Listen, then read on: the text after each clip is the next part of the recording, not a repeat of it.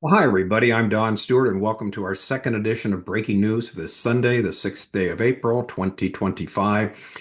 And we have four very important stories that have crossed the wire since we talked to you earlier this morning, and each of them is powerful. So let's get right to them. The first one: 10 rockets have been launched at Ashkelon from Gaza and Ashdod and the surrounding areas. Ashdod and Ashkelon are on the coast right below Gaza. And so 10 rockets have been fired from Hamas into that area. So looks like the ceasefire is officially over now.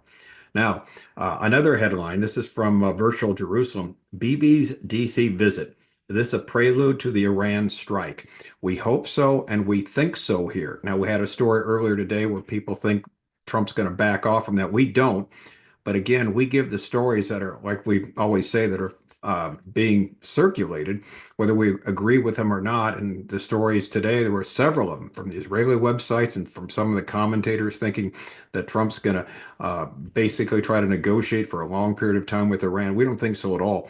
We think this is probably it, but we'll wait and see. Our third story, now this is also an incredible story. Another reason for Iran to get taken out. Defense Minister Katz has unveiled an intercepted document that connected Iran to the Hamas October 7th invasion.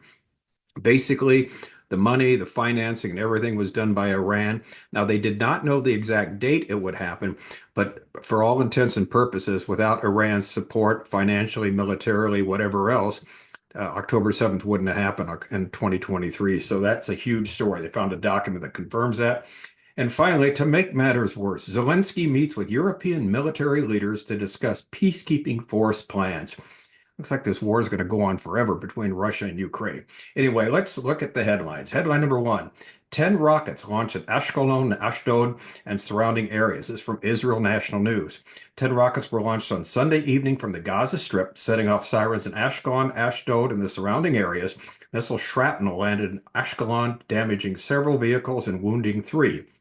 Hamas claimed responsibility for the launches, which emanated from Deir al-Balah, an area in the central Gaza Strip where the IDF has yet to operate. I'm sure they'll be operating there soon.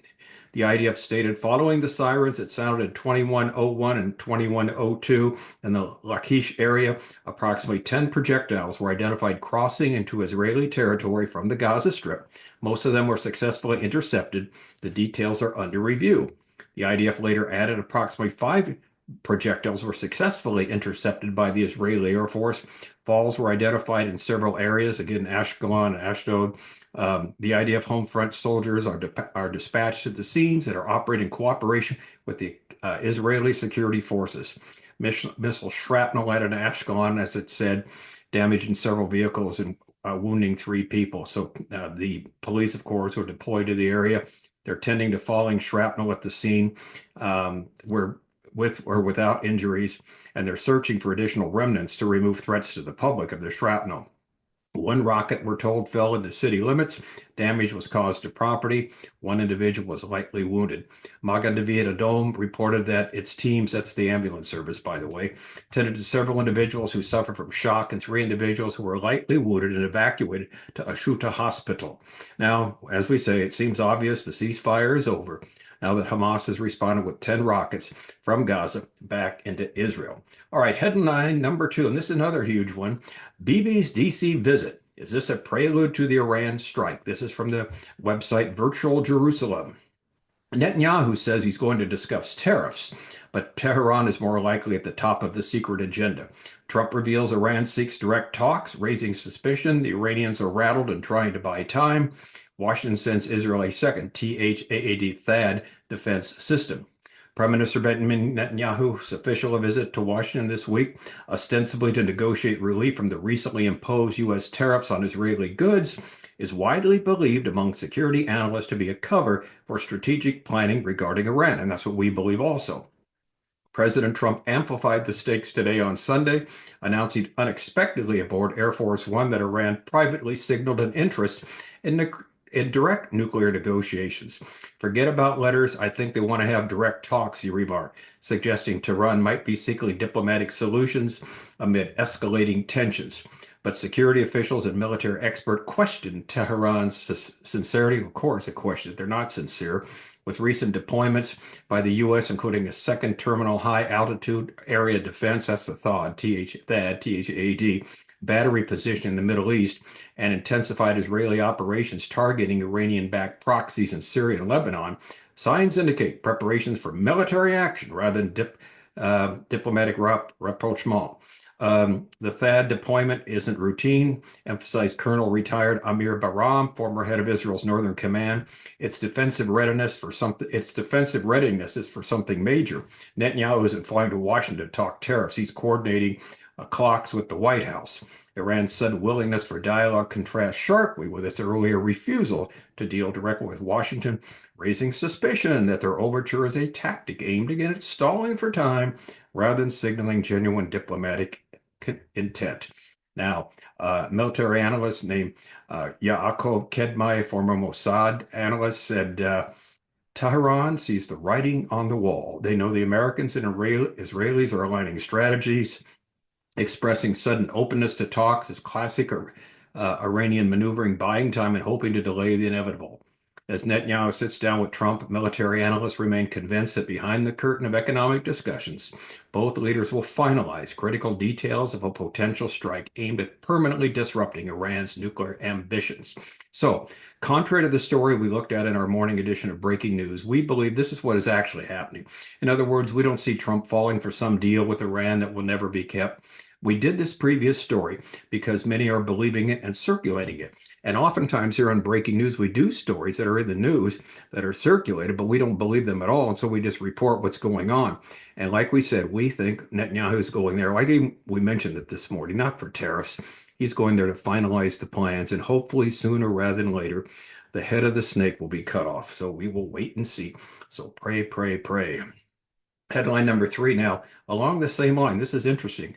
Defense Minister Israel Katz unveils an intercepted document connecting Iran to Hamas's October 7th invasion. It's from the Jerusalem Post. He discloses today, Sunday, there's a public document and communications which he said was proof of Hamas and Iran a connection relating to the Gaza terror group seeking financial support for the October 7th invasion.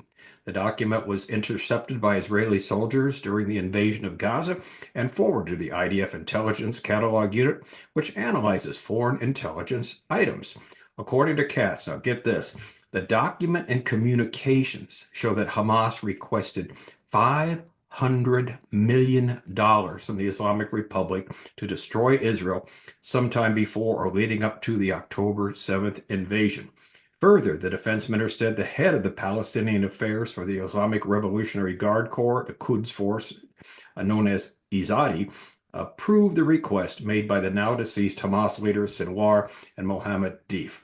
Now, Katz said that person Izadi said he would approve the terror financing assistance despite Iran being under financial strain and sanctions because of the supreme importance of embracing the conflict against Israel and the U.S. Now, notice this. Here's this person from Iran. They are hurting financially. The people there, the citizens, are suffering. They have been, not because they don't have money. They got plenty of money, but they're using it for terrorism. And now they give this seemingly $500 million that they could use for other things to help their people to Hamas, which led, of course, to the terror attack on October 7th, 2023. He added this, as Katz says, again, the financial strain, apart from that, doesn't matter. They still entered in the conflict, embraced it. And again, we must realize that Iran is the head of the snake, and it needs to be taken off because of the activities of its surrogates, the Hamas, of course, Houthis, and Hezbollah, the terror groups in Syria and Iraq also. Now, despite the revelation, Israeli intelligence has said Iran did not know the exact timing or plans of the October 7th invasion, but rather focused on the idea that Hamas could not have pulled off the invasion without the training, weapons, and funding from Iran. So the result is still the same. Namely, without the sponsorship of Iran, this never would have happened. And this is another reason for the U.S. to neutralize Iran's military and devastate their economy. And as we keep mentioning, according to Scripture, we go over this over and over again when we look at Ezekiel 38 and 39. The Russian invasion that takes place in the last days will be led by a Russian leader. His title is Gog. Iran, ancient Iran, modern day, ancient modern day Iran. And then also we've got other countries that'll join in the invasion. Turkey and the such like these nations. Persia, of course, is the ancient name for Iran. But these other countries will be surrogates. It's the whole bottom line that we're getting here. Iran, even though they're the big military threat in the Middle East, with their surrogates now cut off. Remember, we did the story yesterday. They've given up on the Houthis. They've abandoned their Yemen. There's no hope there for Hamas with any military in Gaza. And of course, in Lebanon, Hezbollah is also just neutralized. And so the last thing that needs to get done is to take them out themselves and get rid of their nuclear program and force them to change and hopefully be a change of leadership. But we do know this: Iran will still participate in this last day's invasion, but only as a surrogate. And that's the whole point. We know this from scripture. So sooner or later, we know they're going to be cut down to size, and maybe it's going to be sooner. We will wait and see. And finally, the last story, and this one here, it's just, I don't know. There's no words here. Zelensky meets European military leaders to discuss peacekeeping force plans. This is from Breitbart, an AP story. Ukrainian President Zelensky met with the leaders of the British and French armed forces in Kiev on Saturday to discuss the potential deployment of a multinational peacekeeping force to Ukraine, despite the reluctance of U.S. President Donald Trump to provide security guarantees. The UK Minister of Defense said that officials addressed the structure, size, and composition of any future reassurance force, while the Chief of the Defense Staff, Admiral Anton Radakin, emphasized that the UK would look to build on the formidable capabilities of the Ukrainian army and put them in the strongest position to deter Russian aggression.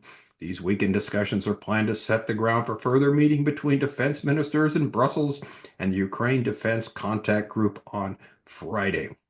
Now, Britain, of course, we've been talking about this, has been promoting the idea of a European-led peacekeeping force for Ukraine, and France has done the same thing. France said we should raise about a 1 million man army in the event of a ceasefire. The bottom line is, in the event of a ceasefire, to keep things from heating up again, we need this peacekeeping force, and we will put Europeans in there to do it.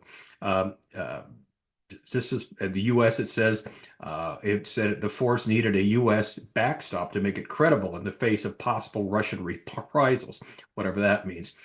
Building a force big enough to act as a credible deterrent. UK officials have talked about possibly 10,000 to 30,000 troops, which would be a considerable effort for nations that shrank their militaries after the Cold War, but are now rearming. Now, on the other hand, Trump has been pushing for a ceasefire in the war with Ukraine, temporarily pausing military aid to Kiev, and has repeatedly said the country will never join the NATO military alliance. And believe me, the United States is not going to attack Russia for Ukraine. We're not going to get into World War III because of any skirmish between Russia and Ukraine. So here's the bottom line. These actions by the Europeans are really causing a problem with any peace process. As we mentioned the other day, Europe has already committed something like $23 billion. That's billion with a B in just the first few months of this year. Zelensky has also said he's not going to negotiate any deal with the Russians unless the areas that Russia has already taken captive in the war be returned to Ukraine and the Russians leave. In other words, no negotiation, no final settlement until Russia leaves totally Ukraine. In other words, keep the cities where they were before with Ukrainian leadership. Okay, so unless Russia will withdraw, there's no indication that they want to do that. With the constant funding from Europe and the possibility of European troops enter the fray. Again, we have no motivation for Zelensky to agree to a ceasefire, and Putin, of course, would likely continue until Russia wins an overwhelming victory, which is certainly possible. So all in all, here's the bottom line. It doesn't look like this conflict is going to be settled anytime soon. So we'll keep an eye on this. Hopefully it won't result in World War III, but the Europeans, want to, if they want to attack, if Ukraine, they send soldiers to Ukraine, they get attacked. They're a member of NATO. They'll call on NATO to attack Russia. We're a member of NATO by the agreement. We would have to fight Russia too. That's the last thing we want as Americans. So we'll see what happens. Hopefully some cooler heads will prevail. So we've got conflicting things going on. Again, Zelensky has no motivation whatsoever to give up. That's why he keeps backing off from all these agreements. Because if Europe keeps providing him money, going to provide him soldiers for peacekeeping, why not just keep going on? So again, we will see what happens. Only God knows when. We know the outcome. Eventually, Russia will be freed from the Ukraine skirmish, battle, war, whatever it might be, to be able sometime in the future to lead an invasion on Israel. But that's still a ways off. I'm Don Stewart. Thank you so much for watching again. Until next time, as always, may the Lord richly, richly bless.